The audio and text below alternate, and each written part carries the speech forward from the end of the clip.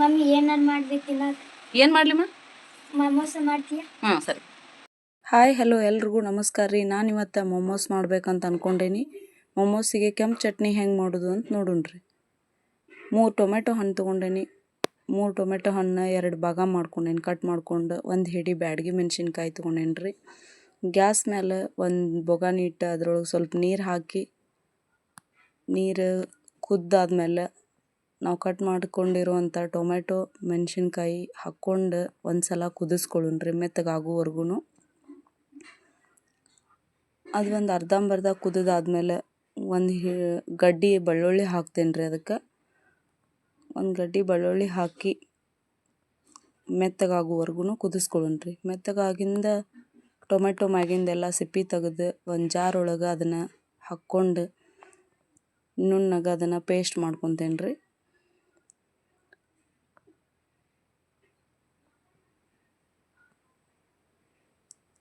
ಅದು ಪೇಸ್ಟ್ ಆದಮೇಲೆ ಒಂದು ಬಾಳ್ಗೆ ಇಟ್ಟು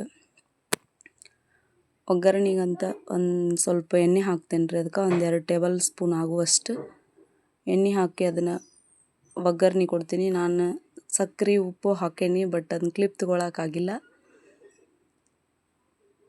ಅದನ್ನೆಲ್ಲ ಮಿಕ್ಸ್ ಮಾಡಿ ಒಗ್ಗರಣೆ ಕೊಟ್ಟು ಆಗ ಕೆಂಪು ಚಟ್ನಿ ರೆಡಿ ಆತ್ರಿ. ಈಗ ಮೊಮ್ಮಸಿಗೆ ಮೊದಲು ಒಂದು ಬಟ್ಲ ಆಗುವಷ್ಟು ಮೈದಾ ಹಿಟ್ಟು, ಸ್ವಲ್ಪ ಆಯಿಲ್, ಒಂದು ಅರ್ಧ ಸ್ಪೂನ್ ಆಗುವಷ್ಟು ಉಪ್ಪು ಹಾಕ್ಕೊಂಡೇನಿ ರೀ. ಅದನ್ನು ಅಷ್ಟು ಡ್ರೈ ಮಿಕ್ಸ್ ಮಾಡ್ಕೊತೇನೆ. ಮಾಡ್ಕೊಂಡಾದ್ಮೇಲೆ ಸ್ವಲ್ಪ ನೀರು ಹಾಕಿ ಚಪಾತಿ ಹಿಟ್ಟಿನ ಹದಕ್ಕೆ ಮೈದಾ ಹಿಟ್ಟು ನಾದ್ಕೋಬೇಕ್ರಿ.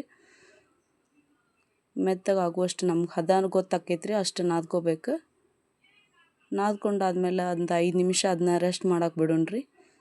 ಬಿಟ್ಟಾದ್ಮೇಲೆ ನಾವು ಅದನ್ನು ಮೊಮೋಸ್ ಮಾಡೋಕೆ ಒಗ್ಗರಣೆ ರೆಡಿ ಮಾಡ್ಕೊಳ್ಳೋಣ್ರಿ. ಮೊಮೋಸಿಗೆ ರೆಡಿ ಮಾಡ್ಕೊಳ್ಳೋಣ್ರಿ. ಒಂದು ಬೋಗಾಣಿ ಒಳಗೆ ಸ್ವಲ್ಪ ಎಣ್ಣೆ, ಒಂದು ಅರ್ಧ ಕಟ್ ಮಾಡಿರುವಂಥ ಬೆಳ್ಳುಳ್ಳಿ, ಸ್ವಲ್ಪ ಹಸಿ ಶುಂಠಿನೂ ಕಟ್ ಮಾಡ್ಕೊಂಡೇನಿ. ಒಂದು 4-5 ಆಗುವಷ್ಟು ಹಸಿ ಮೆಣಸಿನ್ಕಾಯಿ, ಒಂದು ದೊಡ್ಡದು ಸೈಜ್ ಈರುಳ್ಳಿ ತೊಗೊಂಡು ಕಟ್ ಮಾಡಿ ನಾನು ಹಾಕ್ಕೊಂಡೇನಿ. ಅದು ಪೂರ ಮೆತ್ತಗಾಗುವರೆಗೂ ಫ್ರೈ ಮಾಡ್ಕೊಂಡು ಆಮೇಲೆ ತುರಿದಿರೋ ಅಂಥ ಕ್ಯಾರೆಟ್ ಮತ್ತು ಕ್ಯಾಬೇಜ್ ಅವೆಲ್ಲನೂ ಹಾಕ್ಕೊಂಡು ಅದು ಮೆತ್ತಗಾಗುವರೆಗೂ ಫ್ರೈ ಮಾಡ್ಕೋಬೇಕ್ರಿ. ಅದು ಫ್ರೈ ಮಾಡ್ಕೊಂಡಾದ್ಮೇಲೆ ನಮ್ಗೆ ರುಚಿಗೆ ತಕ್ಕಷ್ಟು ಉಪ್ಪು, 1 ಟೇಬಲ್ ಸ್ಪೂನ್ ಆಗುವಷ್ಟು ಬ್ಲ್ಯಾಕ್ ಪೆಪ್ಪರ್ ಪೌಡ್ರ್ ಹಾಕ್ಕೊತೇನೆ ರೀ.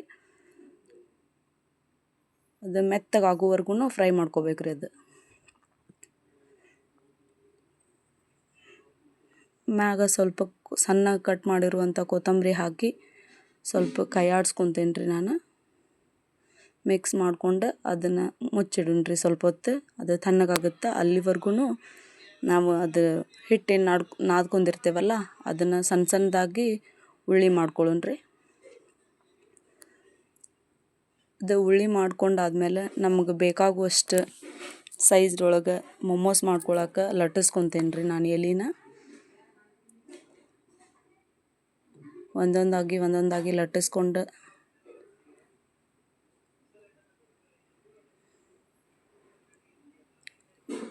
ಈಗ ಮೊಮೋಸ್ ಮಾಡೋಕೆ ರೆಡಿ ಮಾಡ್ತೇನೆ ರೀ. ಹೆಂಗೆ ಮಾಡೋದು ಅಂತ ನೋಡೋಣ ಬರ್ರಿ. ಮೊಮೋಸಿಗೆ ಬೇಕಾಗೋಷ್ಟು ಸ್ಟೀಮ್ ಮಾಡೋಕೆ ಒಂದು ಬಾಳ್ಗೆ ಹೋಗಿ ಸ್ವಲ್ಪ ನೀರು ಹಾಕಿ ಸ್ಟೀಮ್ ಮಾಡೋಕೆ ಇಡೋಣ್ರಿ. ಆಮೇಲೆ ಅದು ನೀರು ಕುದಿಯೋವರೆಗೂ ಒಯ್ತಾ ಮೊಮೋಸ್ ರೆಡಿ ಮಾಡ್ಕೊತೇನೆ ರೀ. ಒಂದೊಂದಾಗಿ ಮೊಮೋಸ್ ರೆಡಿ ಮಾಡ್ಕೊಳತ್ತೀನಿ ರೀ. ಒಂದೊಂದಾಗಿ ಮೊಮೋಸ್ ರೆಡಿ ಮಾಡ್ಕೊಂಡು ಅಷ್ಟೊತ್ತಿಗೆ ನೀರು ಕುದಿಯಾಕತ್ತಿರ್ತಾವೆ ರೀ.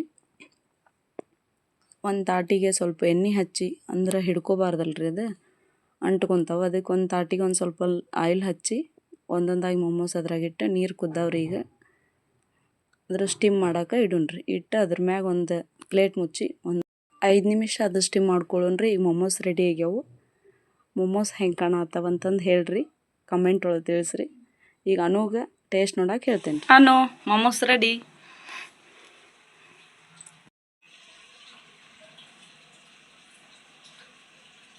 ಸೂಪರ್ ಮಾ.